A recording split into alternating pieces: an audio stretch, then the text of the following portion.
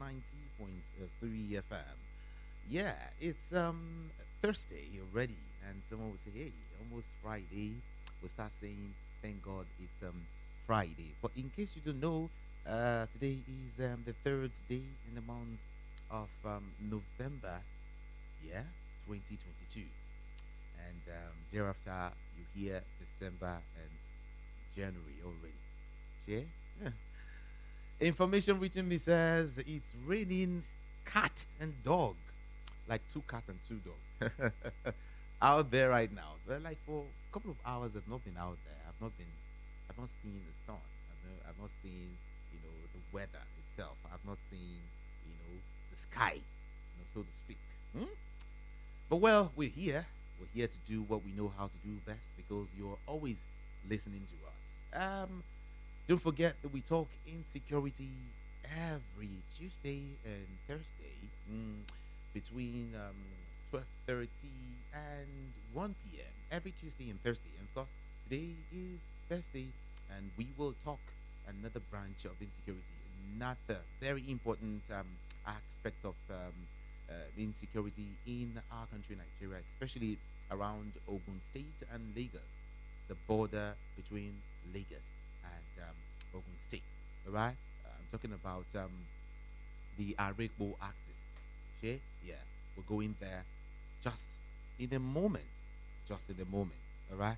Okay. Thank you so very much for tuning in, for joining us. Okay. Of course, I have CP Chooks and one who in the studio this beautiful afternoon. Good afternoon to you, sire. Good afternoon. Good afternoon. So good to see you. I hope you're not cold. No, I'm good. CPs are never cold because they are, uh, don't mind me. I'm just trying to, make myself feel hot because I am actually. Okay. Now, sir, let's get down to business. Let's talk about the Lagos-Ibadan Expressway. We're discussing something on Tuesday, but I decided to hold that one for now, and let's see if we can talk about this because it's kind of pressing, very very pressing. Because the development, you know, generated or is generating tension along that road, what we call the Lagos-Ibadan Expressway, as several, vehicles are actually, you know, passing through the kind of a situation someone would describe as hectic and very, very crazy. You know, where suspected bandits reportedly abducted, several motorists and passengers who were traveling in some, vehicles along the Lagos-Ibadan Expressway, you know, a couple of days ago. The development generated tension along the expressway as several other vehicles aborted the trips to their destination and drove in the opposite direction. Hmm. CB, I want you to talk to us because you are um, a retired commissioner of police. Hmm? With your fatherly advice, I want you to talk to us. So, as a retired commissioner of police, what do you think the police should be doing right now? Or do you think they should fold their arms? Because according to Nigerians, I go there, I monitor the situation almost every day. Let me let you know that. The Lagos Ibadan, I monitor it every day. Like on the ground assessment. I just came back from that road right now, not quite long. So now, um, what is the police doing? What do you think the police should be doing right now to protect lives on that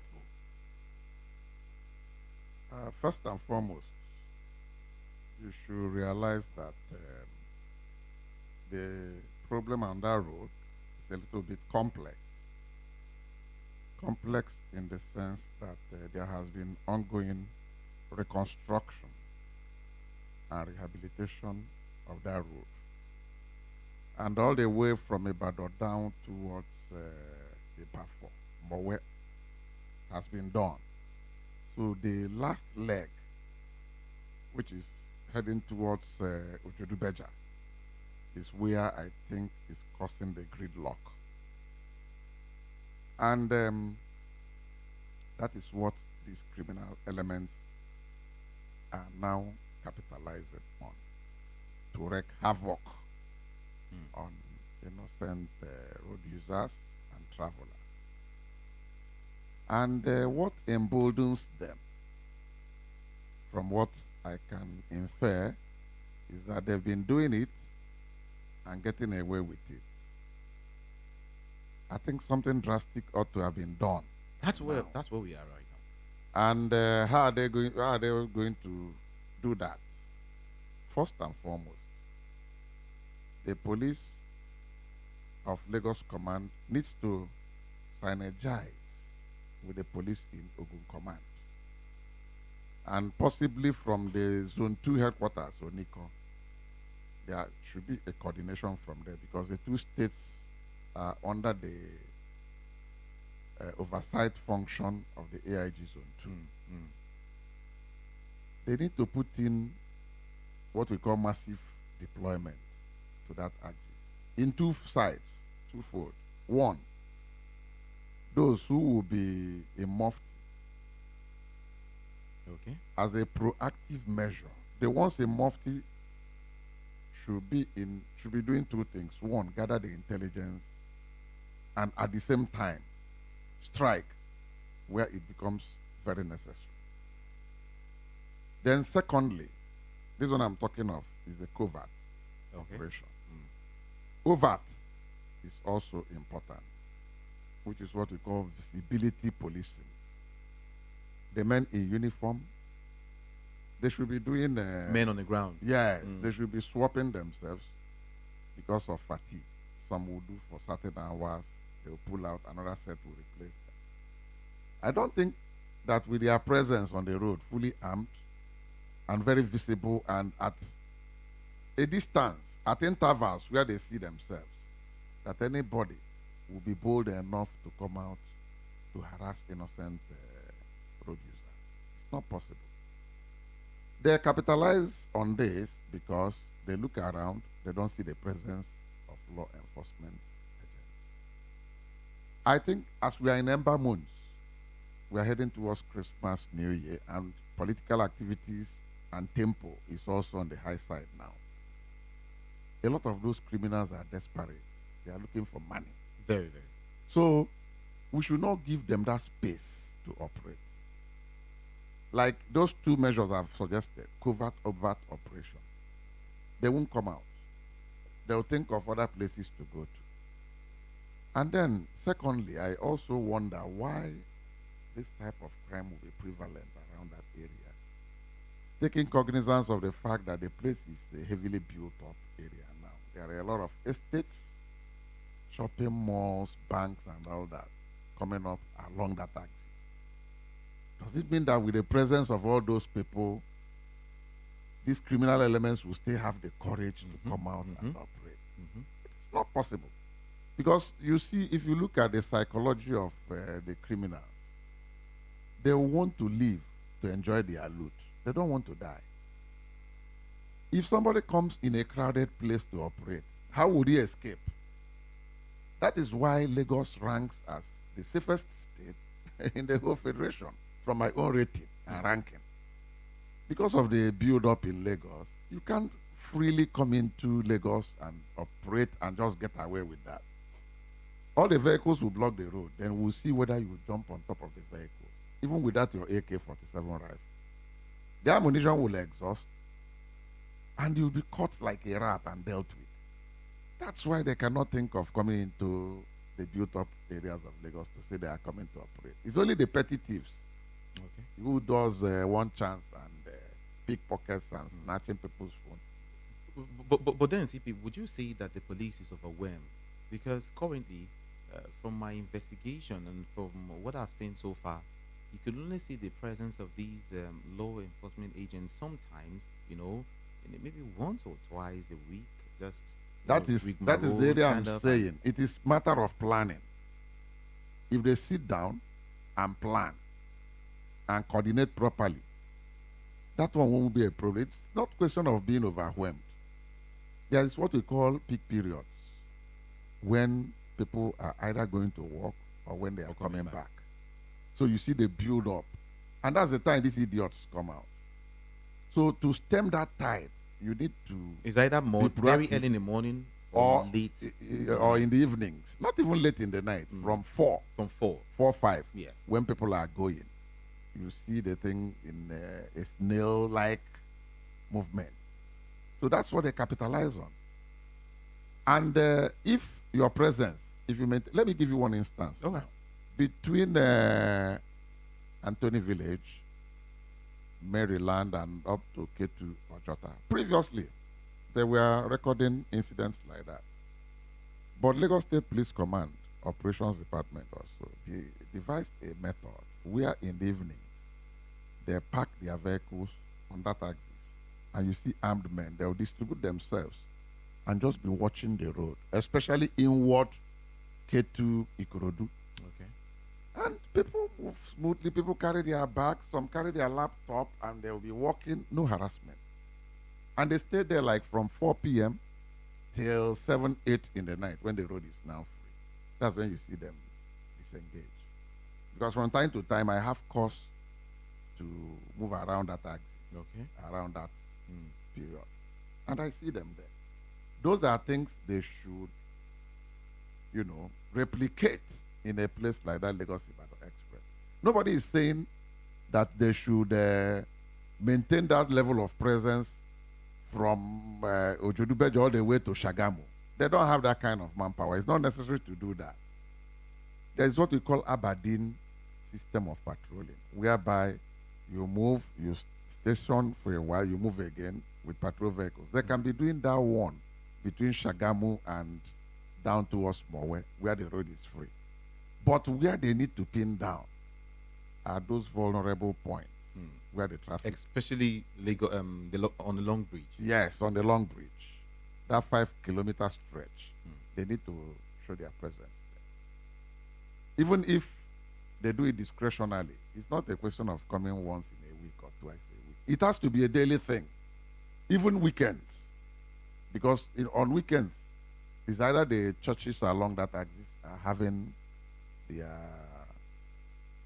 what do you call it, night programs or vigil or whatever. So it still creates traffic. And above all, the construction itself still makes it difficult for people to move on Sundays, public holidays. Now, talking about the construction company, Julius Berger, don't you think that there should be a form of synergy, or what do I call that now again? Kind of understanding between the police and, the construction company. No, they have always had that synergy. But it's not working. We're not seeing it. No. You see, there are two different things. The contractors have their deadline. And it's a professional thing. They are not direct labor agency. They are an international reputable construction company. So whatever they are doing there is something that is already programmed, whether it is earthwork or it is asphalting or whatever. They have to go. They don't need to consider you to compromise the standard of what they are doing. If it is time for asphalt laying, they will do it, check the cost, do it at the appropriate temperature. Whether the side you're using is totally blocked is none of their business. Their duty is not to come and control traffic. They will work it out in such a way that they will give you a leeway to But move. they cause the traffic. They are not the cause. They are doing their work. And okay, if they don't deliver within the period, you blame them. I really don't want to go into this thing, but It's a bit technical. It's a bit technical, Yes. right? But then, some Nigerians have opined that they've actually spent a whole lot of time doing nothing. Like they overstay. No, it's money. When you overstay give their them the resources, they will deliver for you. It's an agreement signed. So if you bring the thing fully, if you give them 100% funds and give them a time limit, they'll work it out. they would complete it. Let me give you one instance. Like Okay. when I was in Port Harcourt, there was they were to do 3 bridges along Aba Port Harcourt Express in areas they used to have a gridlock. The total sum was about 27 billion naira worth of contract. And the governor of the state that brought them gave them 70%, about 21 billion, and they mobilized. Within 1 year, or am I talking of 1 year? 6 months they had delivered because the resources was there. If you see the way they mobilized to site with equipment, material, and men, everybody knew that they meant business. They diverted a lot of people, caused inconvenience for people, blocked a lot of areas, but within the time span, the job was done. So I'm sure the challenge is there from what we have been hearing from the Minister of Works, Barrister Fashola, SAN. Depending on the way they did the budgeting. So if they had budgeted that in such a time, maybe this quarter, so and so tranche will be released. When they release, the people will walk within that range now. I know this is not actually your jurisdiction, but then Yes. don't you think this is a federal government project? Of course. And would it you say is. the federal government doesn't have the capacity, the enough money, The resources to are mobilize not there. the resources? The Would resources you are say not that there. to the federal government? I am telling you the fact. We are insiders. We know what is going on there. The resources are not there. Some will tell you, well, they've given out the necessary resources, but some persons might have eaten or taken from it. That's not even Thereby the slowing issue. You down see, the these job. things follow due process, and there are a lot of areas that are, yearning for funds. It's not only road construction, and come to think of it too, the recurrent expenditure for the federal government takes a very large chunk. Even the capital expenditure we are talking, it's not only roads that money goes into for capital expenditure. There are a lot of things. Rail income. Rail project is there going on. But CP, I still don't want to believe that the federal government cannot handle a project once and for all, because this same project we're talking about, this Lagos-Ibadan. It's not only Lagos-Ibadan. They are doing second Niger bridge Yes, between of East course, and West, I'm and aware. Delta, and it's almost finished. It's about 99% completed from what we are seeing. At the same time, they are doing Abuja, Kaduna, Zaria, Kano Express. But you know that Lagos is the commercial headquarters of this country. Commercial capital. As of I said, Nigeria. yes. Yes, you're So right. then, don't you think something should be done? This one is A priority. a priority. I understand where you're going, but that's what they are doing. Yeah, that's why If you go to Lagos-Ibadan taken- Expressway now, if you go to Exactly. Long Bridge now, Yes. you marvel. I know. I mean, It's a technical thing. There's nothing extraordinary Julius Berger will do about it. But at the end of the day, everybody will smile for it. And I'm sure they are working hard to see that by Christmas, they would have been done with it. But the same thing depends on the flow of funds. Between you and I, we know what has been happening. You have been hearing about oil theft. You ask yourself questions. How much has NNPC remitted to the Federation account? You see that what they are sharing at the Federal Allocation Accounts Committee, FAAC, is what they get from customs and from Federal Inland Revenue Service. What of NNPC? There are other sources that money ought to come to the Federation account. But it is what they get that they share. And as they are sharing, that is what is going for both capital projects and for recurrent expenditure.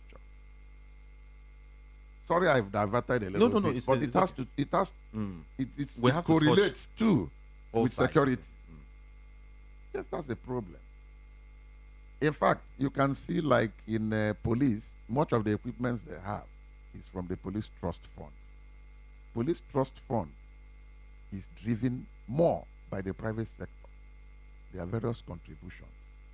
That's what is sustaining some of the equipment the police. What about the amount that has been budgeted for this thing by the federal government? Number one is to budget. Number two is where are the funds to release? These funds are released periodically as they come. When you budget, it doesn't mean that the resources is there. The resources is not there. You are only projecting. You are budgeting, and hoping that as he's coming, you're disbursing. That's the technicality of Mm-hmm. budgeting. Mm-hmm. So, Nigerian problem is complex, my brother. If we begin to analyze it, we will stay in this studio till tomorrow. We're Because not done. because on the long region, people are dying every day. I know. A lot of things I happening on the know. long region. I know. I know. I am very, very worried as a Nigerian. In fact, to be frank with you, for the past almost 2 years, I've not passed that road. Okay. And I've always avoided anything that would take me there, to be very frank with you. I don't have cause to go to Ogun State or to Oyo. I limit all my activities within Lagos. And if I have to do anything outside, possibly by His grace, I always fly to the east or to Abuja. That's what I do. For me to risk entering that road, no, I won't do that. For whatever, I won't. The security concern is really worrisome as we speak. It's not only Lagos-Ibadan Express. So as you detour again that you're heading to the east, between Ore Mm. and Okada Mm. and Benin, a lot of things can happen. All these criminal elements we call unknown gunmen, they can come out and open fire. And they don't care because those areas are highly forested. Very, very. And they come out around areas where you have bad portion or failed portion of the road. Anyway, to be frank, I've not done that route for ages. For more than 10 years, or if not up to 20 years, I've not done the road. I've always avoided doing the road. If I don't have money to fly, I forget about it. Whether it's personal or official, I forget about it. Because I don't want to die prematurely. Even if you're carrying heavy escort, you can still run into ambush. So Of when course, I yeah. was in the system, with all the escort I have, I don't really So- want exposing my escort. Now, in- someone will ask, what is the hope or fate of the common Nigerian? You are a big oga. No, I'm not. I'm a common Nigerian. No. We're all Nigerians. Oh, really? Now, Well, the Mm. faith, they should pray to God and do the bit they can and leave the rest. now again, back to the long bridge. Yes. I discovered that cars, and especially motorcycles. If you visit that road, that bridge, motorcycles now use one way, thereby causing serious gridlock. And it seems that the police, law enforcement agents are doing nothing about it. They are overwhelmed. The situation is already chaotic. If you see the one So I when call, the the one I center call cannot hold, Okada traffic, sir, on yes, that road, yes. you'll marvel.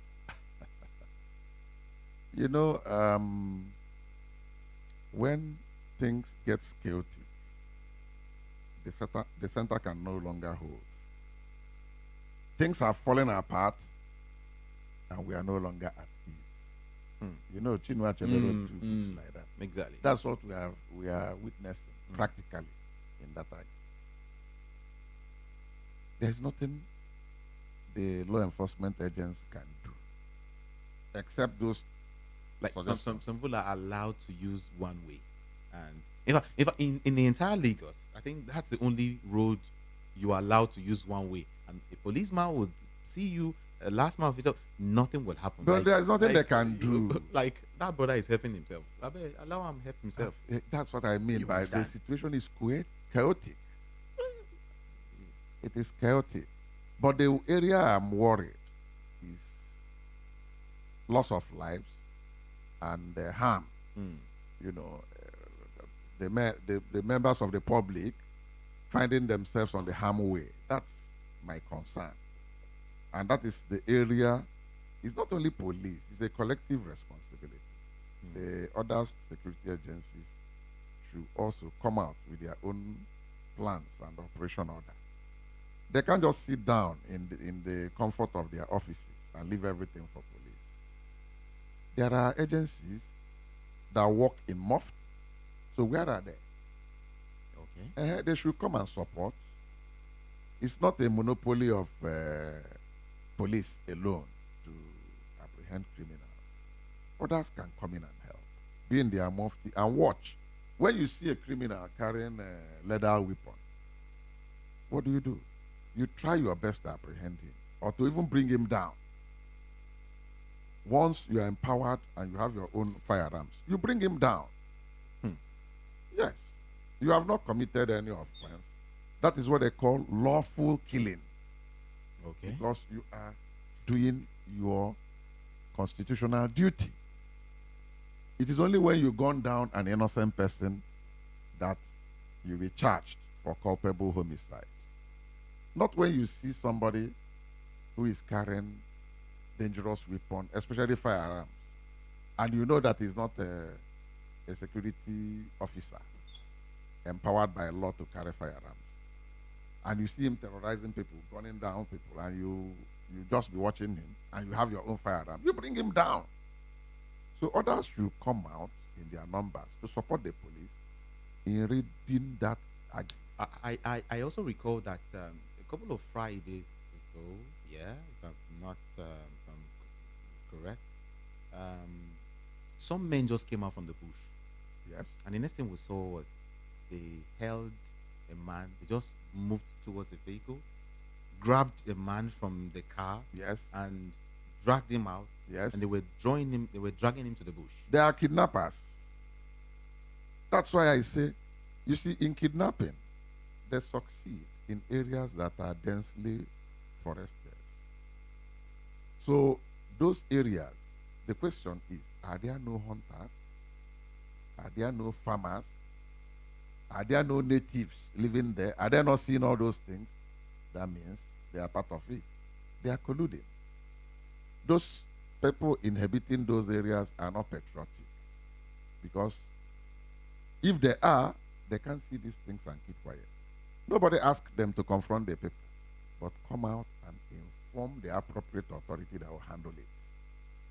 They will plan an operation and come and raid the criminal hideouts and I also recall that a former deputy vice chancellor, yes, was University of kidnapped. Ibadan UI, talking about Professor Adigun Agbaje. Yes, he was And, kidnapped. yeah, a student of Moshood Abiola Polytechnics, among some other persons, were kidnapped on that road. Of course. It's all over the place. We read about it. We followed it. It happened. But don't you think police should keep major surveillance on that road? They have, but like morning, afternoon, evening, night, back to back. the problem is the logistics. Where are the vehicles? One. Number two, what about the fueling? Number three, Fueling. well, You're raising a very important issue. yes, CP. yes. I've sat on that seat. I've managed state command, and I've managed operations both at the federal level and in the states. So I know what I'm talking. I know the challenges where they are. If we are called, if they want to be honest and constitute a committee and bring some of us, we'll tell them what to do. But many of them know, but I don't know. The thing is that we can't achieve all these things overnight. Even if we are doing them in sequence, we have to start from somewhere. So that at the end of the day, you know the extent you have covered. The next time when you have resources, you continue from there. Then within a quarter, you will know the achievement you have made. And there is always a graph. By the time you plot for the area, you see results. The crime rate will quietly drop and drop and drop because you make the place unbearable and uncomfortable for those criminal elements. Okay. CP, hold on, please. Yes. Let's see if we can talk to maybe one or two persons before we wrap up. 0700 903 903 903. We're talking about this insecurity in Lagos State and, of course, in Ogun State, on the stretch of the long bridge, the bridge leading to Lagos and that would also lead you outside Lagos. Yeah, that same bridge is called the Long Bridge. All right. Let's hear from you. What's your opinion about what's going on the bridge currently? Because a whole lot of persons are dying A whole lot happening on that bridge. 0700 903 And of course, I have a former commissioner of police, your state, just right here in the studio with me. And hey, I just want to throw the studio line open so you can be part of the conversation this this afternoon. All right, 0700 903 CP, you mentioned something. I want to bring you back to that. Let's go back to what you said as regards mobilizing men. Yes. You mentioned the fact that there is no fuel Of course. in the vehicles. Yes. And I begin to wonder, don't we have special funds for such, moments, set aside to help the situation? Hold on, please. Let's take this call. Hello, good afternoon to you. Good afternoon. Good afternoon. What's your name? Hello? Ike. My name is Ike from Okota. Okay. Ike, good afternoon. Yeah. Good afternoon. Yeah. Good afternoon to CP. Yes, he can hear you. All right. Mm. Honestly, I'm hearing what people are saying, and what he's saying is truth. You should not leave everything for the police alone, because they can't do it alone. They don't have the manpower and other logistics to do it alone. We have all this civil defense. We can just join police, join an army, air force, navy, even customs. Hello? They are all security. They are all security. I say they can join all the whole security agencies we have, mix them up. Can't leave it to only police. I'm telling what the CP was saying, and it's truth. Let them join other security police. Let it be joint operation. Can be doing the thing and save people's lives there. People are losing their lives a lot. Thank you very much. Thank you. Thank you very much for calling. You heard what he said? I heard what he said. He kind of recap what I had said earlier. That the thing is not only for police, because they are already overstretched. What of the other agencies? They should do a holistic joint operation whereby other agencies will bring out men to support whatever police is doing there. Both the ones that will work in mufti and the ones that will come out with firearms. Even their presence alone would deter these criminals. Because the criminals want to live, to eat or enjoy their loot. They don't want to die. Nobody wants to die. Okay. Let's take this call. Good afternoon. Hello, good afternoon. Good afternoon. Well, I listened to the conversation with Oga. Okay. I believe that the Oga for this there, he knows the strategies he can follow. And the villages of those places, because those places is a village. There's people living inside that place. Okay. They will plan with them. They will as Oga said, they will have committees and they plan everything and join with the villagers, because without villages they can't operate. But without village, you cannot come to somebody's Territory. area and start operating. You must connect with the people over there. You're right. Before you can operate. Okay. Thank you. So what I believe is that the last caller said police will be involved, Navy will be involved, Air Force will be involved, so that they will go a long way. They enter that, because from that place they are operating, from there nobody can trek and enter inside without meeting another community. So they're supposed to know how to coordinate it, so that they will know that Thank you. these people have already come over them. Thank you. Thank you. Here will enter them. I appreciate you. Now, you hear what he said? He said there should be a collaborative effort. That's what I said earlier now. But who is going to, who's going to enforce this? That is what I mean by the two states of Ogun and Lagos. They are under Zone 2 command. It is the office of the AIG Zone 2 to plan out a comprehensive operation for the exercise. And he will not plan it alone. He will need to bring in the other security agencies and the military so that everybody will have a role to play. That is the only way they'll succeed. And they, too, cannot do it in isolation, like the last two callers. There'll have to be a synergy with the villagers, because it's the villagers that knows all the track roads and know those who are suspicious-looking persons who have no business in their villages. They're the ones that will point at them that it appears there's a camp there being used by gangsters. They will continue doing intensive raiding of those camps and make arrests. I'm sure by the time you hit the camps, you will recover arms, ammunition, hard drugs, and even rescue innocent persons that would have been kidnapped. Okay, let me ask you. Go ahead. Is that supposed to be the concern of a project by the federal government or the state government?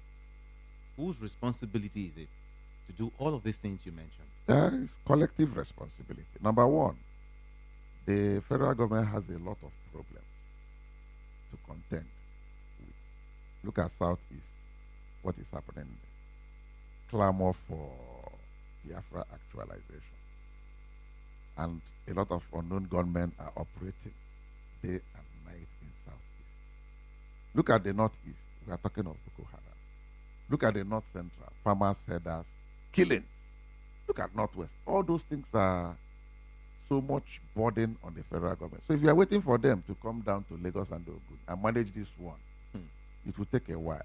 So it's a localized security challenge that will not need people to come from Abuja to come and sit down here to teach you what to do. It is something that will be of concern to the two governors of Ogun And Lagos. and Lagos. Let them call the service commanders in a emergency security meeting and tell them this is a task that has to be done. Anyhow you want to do it, go ahead and do it. I'll give you my blessing and I'll give you logistic support. Simple. And you see the result. The GOC 81 division needs to be brought in. You don't keep him out of this because he commands the division here.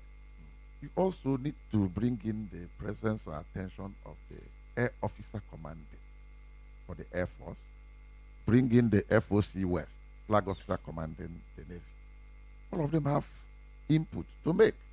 They may not come physically or personally. They can send their subordinate officers who are flag flying officers, maybe group captains or commodores, to come and represent them.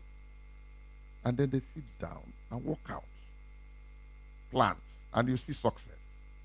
I'm telling you, once they are supported with vehicles, fuel the vehicles, provide some allowance for the personnel. That's the area I really want to hear you talk about. Yes, the logistics. The logistics. Yes, fuel, give them the vehicles. How come when it gets to the issue of logistics in this country, Yes, people tend to fold their arms? You know, it's like, well, that's not my business. In fact, sometimes, you're given some money to do some stuff. Well, some people then embezzle it. Let me be frank with you. Hold on, please, before you say that. Yes. 0700 903 903 903 is the number to call to be part of this conversation. 0700 903 903 903. That's it. See, CP, be frank with me. Yes. Let me be frank with you. The way forward in issue of logistics is that you as governor should not give money to people to go and buy fuel. Pay directly to the oil company that will supply or provide the fuel. Tell the vehicles, go. An officer will fill your tank for the operation. You service the vehicles, you fuel the vehicles, then allowances you arrange. They'll be paid the allowances. You see result. Where the thing fails is where you carry the bulk of money and give them to go and do the buying of the fuel. You understand what I'm saying? Give them money to go and buy the lubricants to service the vehicle and tire. That's where the money will develop wings and fly. Therefore, if you want success, don't give out money. It's very tempting. When money... Hold on. Very tempting. Hello, good afternoon to you. Okay, yeah. You can go on. Yes, You said it's very tempting. It's very tempting. Some people, when you give them the money, they think will develop wings. They will not buy anything. I'm telling you, they will not buy anything. So you devise a means where there will be transparency. Tell them, go to so and so and fuel. When they fuel, somebody will be there to be marking that this vehicle has taken 30 liters. Second vehicle, 50 liters, maybe for a day. And they go. Then they won't have any excuse that there is no fuel. At the end of the day, you reconcile the fuel that has been dispensed, and the government would have paid a lump sum to the filling stations or the companies they are using, the oil companies they are using. The vehicles will only go there and take the fuel and go out for operations. That was how we started those years of Babangida during the military era. Okay. So there is nothing like shortchanging. But when you carry the bulk of money and give somebody and say, go and provide logistics, story, the man will say, thank God that his own doors have now opened. At the end of the day, you won't even see any fuel. Or he will go and buy something paltry that he will start rationing 5 or 10 liters. That would not go anywhere. You know. So that's the crux of the matter. Thank you so much, CP Chooks. Yes. I think we'll continue this conversation on Tuesday, because there are some areas I would want us to tackle also, but we don't have enough time. Yeah. But by Tuesday, we'll talk about some of these logistics issues with the Nigerian police force.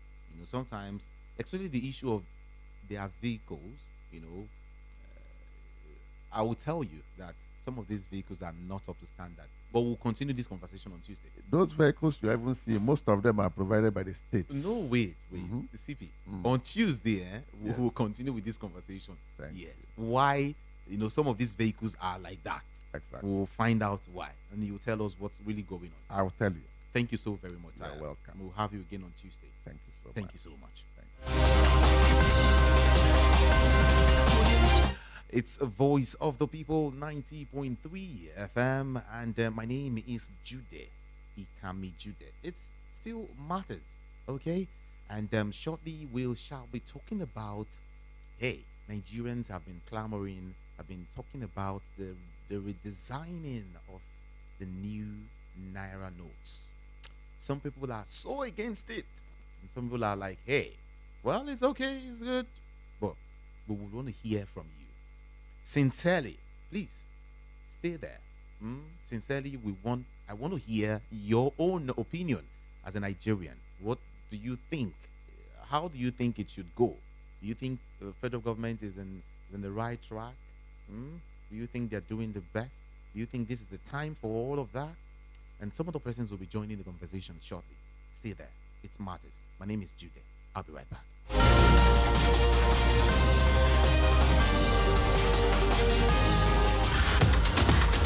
Every day strike, ASU strike, market women strike, even Kole people they strike. We don't become control striker. Even light self, they no fit give us. Don't run for motor. Even leg self, they get accident. Why una dey complain? Why una dey complain? No una dey collect bribe, dey vote Sokoloko Bango ṣe. Ìṣèjọba tó dára, òun là ń béèrè. Anyị chọrọ ọchịchị onye kwuru uche ya, anyị achọrọzi ọchịchị nchigbu. Ala ndeze temeka muna so mekio. What do we want? Now make the rule us well.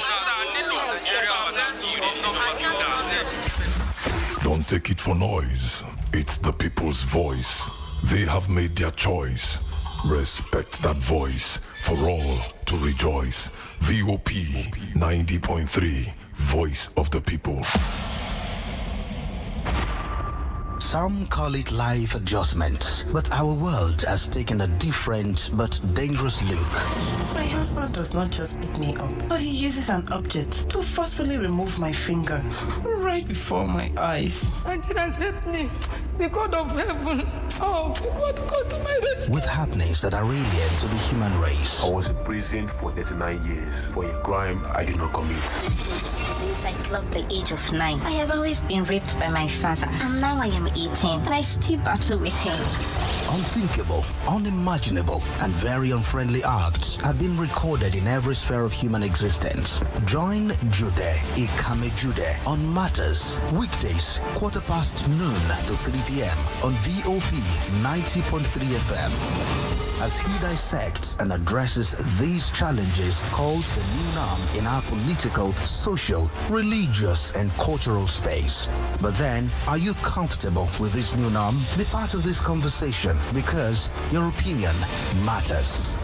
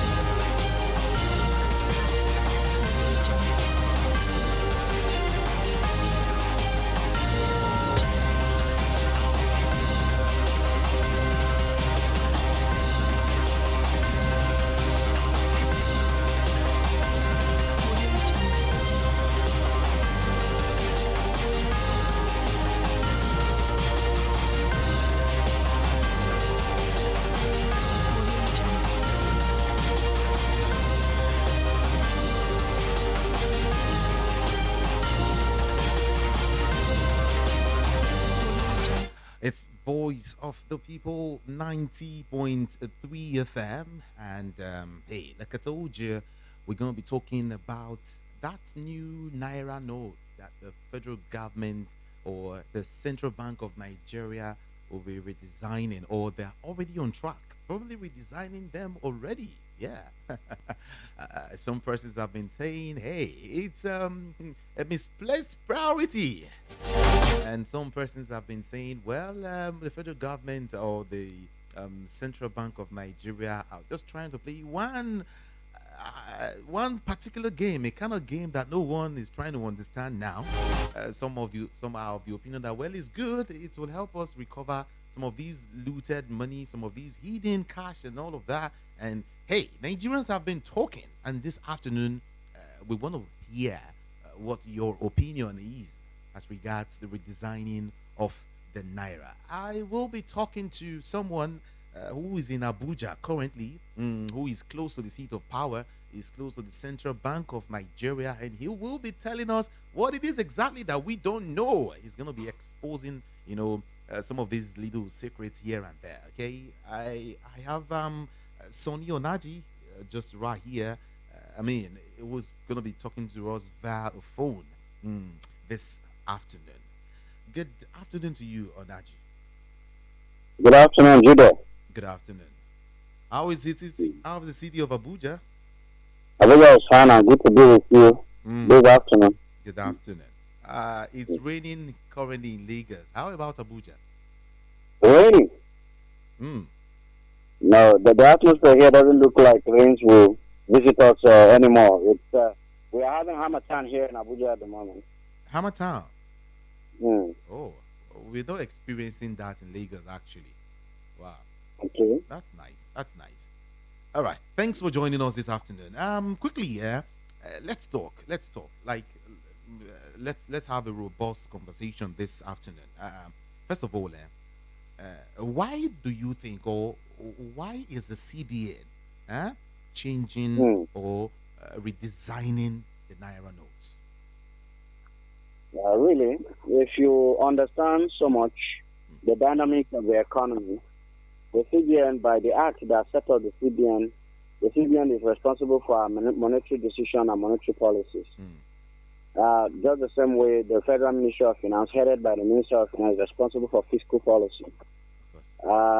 Fiscal policy has to do with how money is made and spent, while monetary policy has to do with control of the supply of money in the economy in relation to inflation and every other economic indicator that gives credence to what we do as a nation in terms of economic strength. So at the moment, CBN is just exercising one of its rights. Are you with me? Yeah, very well. So CBN at the moment is just exercising one of its mandate of currency or money supply, which new currency introduction or redesign is one of the privileges, or you can say it, one of the prerogatives of the Central Bank of Nigeria, to control monetary supply and also to beef up the economy where they feel there are changes or perhaps review that should help the economy stand stronger. So I think that's what's responsible for what the CBN is doing at the moment. Okay. So, but then, what are the advantages of these new Naira notes, to the economy? Yeah, like CBN has itemized, CBN has clearly stated their reasons for what they are doing. They said is to mop up excess liquidity in the hands of individuals. That is to say, we have people in the country who are hoarding the Naira. We have people in the country who are counterfeiting the Naira. We have, and also they give reasons on the issue of insecurity in the country, banditry and kidnapping. So at the moment, like what the CBN said, they have an excess of money supply. If you look at it, I followed the conversation and I also look at the books of the CBN. In July, August, September, CBN has released about 48 billion in terms of money supply into the economy consecutively. I think the differentials were not much. All of them were in the region of 48 billion, July, August, September. And by that, in the whole of this year, the CBN says they have about over 3 million naira, 3.7 something million. I can't accurately fix the figure now, but it's in excess of 3 million naira in circulation. But at the moment, the money that can be accounted for in the vaults of commercial banks and